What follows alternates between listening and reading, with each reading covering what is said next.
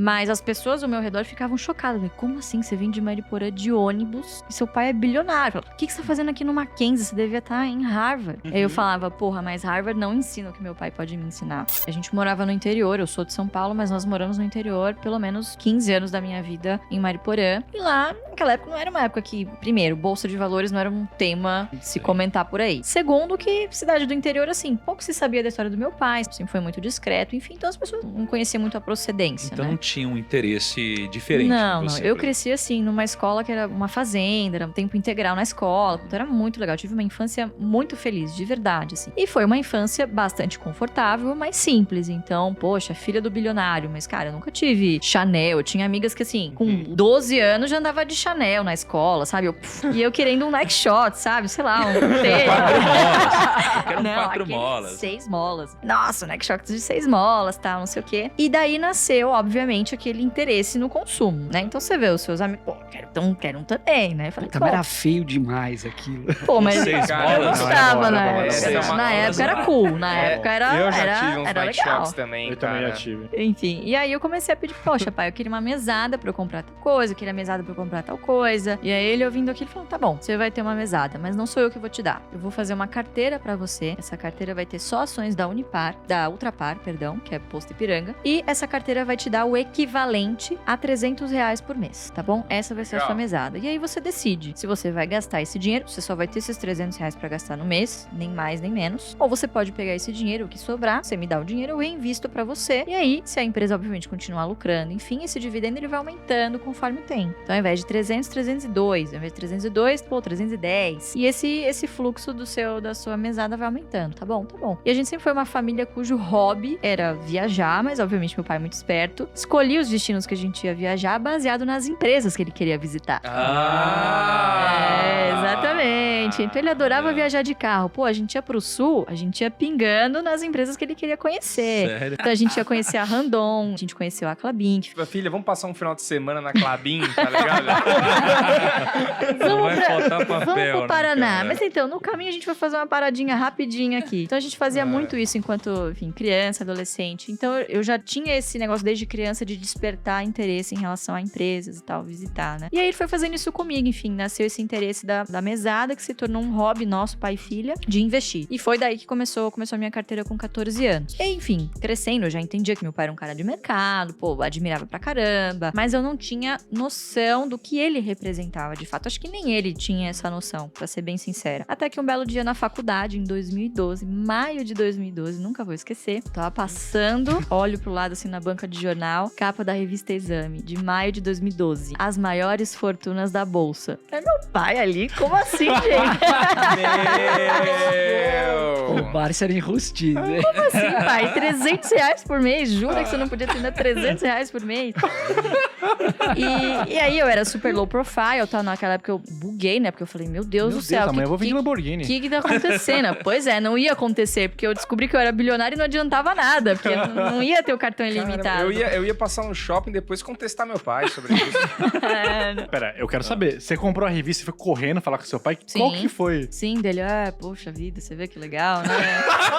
Deve ser algum Poxa engano. vida. Seu pai ficou meio nervoso na hora. Ele falou, ih, caramba, Não, descobriu não assim. ficou nervoso assim, mas sendo bem sincera, admirei ele muito mais, mas meu dia a dia não mudou nada, a verdade é essa. Continuei trabalhando, enfim, mas obviamente aumentou a minha vontade, poxa, eu quero aprender o que ele faz, né? E ele já tinha despertado isso em mim há muito tempo, então a dificuldade que foi ali na faculdade foi justamente de começar a perceber o interesse das pessoas depois que elas descobriram que eu era filha de... Porque eu não considero bilionário, eu não sou bilionário, meu pai tá vivo ainda. Se Deus quiser, vai durar bastante tempo ainda, né? Vai enterrar muita Investidor gente. dura muito. Mas as pessoas ao meu redor ficavam chocadas. Como assim? Você vem de Mariporã de ônibus e seu pai é bilionário. O que você tá fazendo aqui no Mackenzie? Você devia estar em Harvard. Aí eu falava, porra, mas Harvard não ensina o que meu pai pode me ensinar. Nossa. Eu já tinha essa Nossa, olha consciência. aí, Pô, toma. meu pai tinha É 70 anos. Cara, Harvard tá, sei lá, tem 300 anos de história. Vai continuar lá provavelmente nos próximos 100, 200 anos. Eu tenho tempo de ir pra Harvard. Meu pai não, eu não tenho tanto tempo como o meu pai. Muito bom. Tem no livro aqui que o Barsi teve 2 infartos e um deles foi atribuído à bolsa. Queria saber contar essa história pra galera aqui. A década de 90 foi bastante atribulada, né? Você teve ali no início de 90 com o Collor, confisco da poupança, por mais que ele não tivesse nenhum investimento na poupança. Você imagina, você confisca o dinheiro da galera, você não tem fluxo. Então ele que trabalhava na bolsa, você imagina A bolsa caiu 80% em 2 semanas. Parece que ele fala que o volume da bolsa no dia seguinte foi 20 mil dólares. 20 mil Caraca, dólares de negociação diária. Bizarro. Só que, ao mesmo tempo que ele conta, poucas semanas depois, um dos bancos que ele tinha uma grande posição pagou um grande dividendo, justamente porque os controladores vivem desse dividendo. Provavelmente também foram afetados de alguma maneira. E essa empresa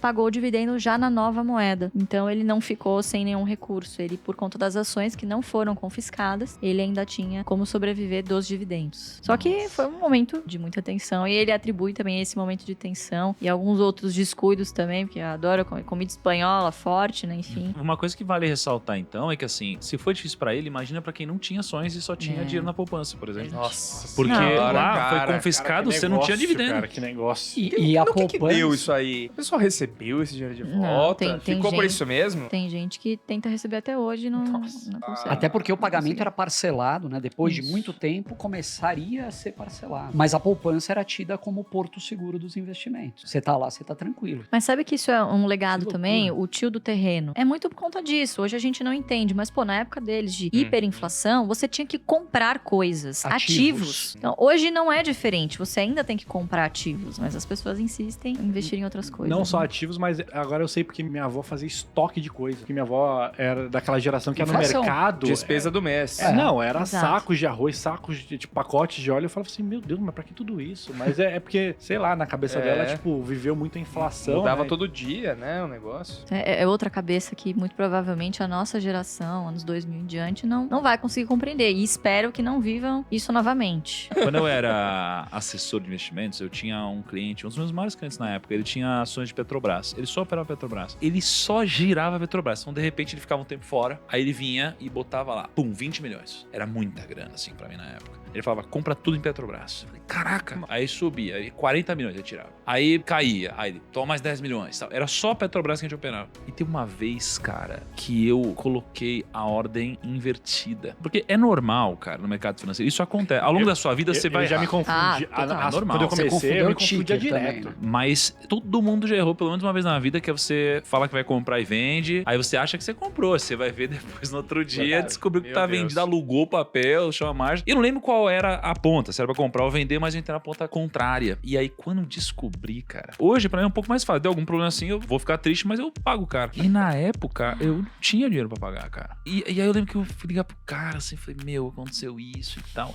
E bicho, dá esse momento... É porque o cara tá lá e fala assim, ó, pus Nossa. 10, virou 15. Aí você tá ligando pra ele e fala assim, Nossa. então, sabe os 10 virou 5? É, meu Deus do céu. Não, isso daí. Aí ele pegou e falou assim: não. E ele foi super legal, cara. Ele falou: faz o seguinte, deixa crédito pra mim. E aí a gente abate de corretagem, etc e tal. E aí eu fui abatendo com o tempo. E foi super legal. Mas eu fico imaginando no caso do Barça. No caso do Barça não dá pra errar. Não dá pra errar. Por isso que um dos benefícios de um fundo operar junto com uma corretora é isso. Você também delegar um pouco do risco. Porque nesse caso, aí a corretora ela paga quando ela é. Não dá pra aceitar um prejuízo desse com os cotistas, né, cara? É.